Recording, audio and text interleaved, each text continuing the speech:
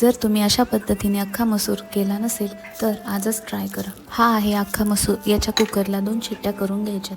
नंतर कढईमध्ये तेल गरम झाल्यावर जिरं, मोहरी, हिरवी मिरची, लसूण, बारीक चिरलेला कांदा आणि टोमॅटो तेल सुटेपर्यंत परतून घ्यायचे।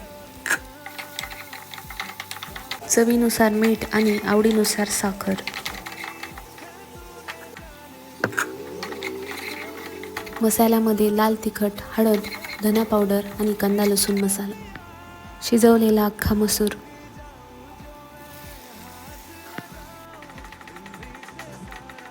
कोथिंबीर,